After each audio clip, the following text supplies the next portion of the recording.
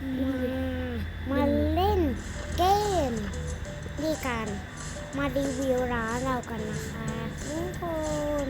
กดนี่เลยเข้าไปร้านเรา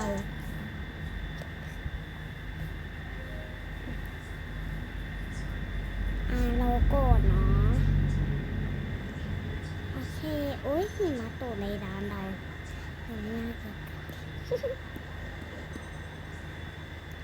เปิดร้านก่อน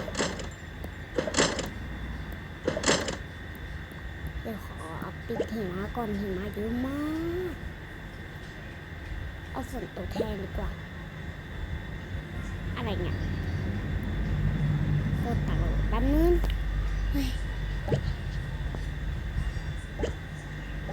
เดี๋ยวเราก็จะรีวิวท้องฟ้าก่อนท้องฟ้ากดง่ายมากแป๊บนึงขอปิดแล้วก็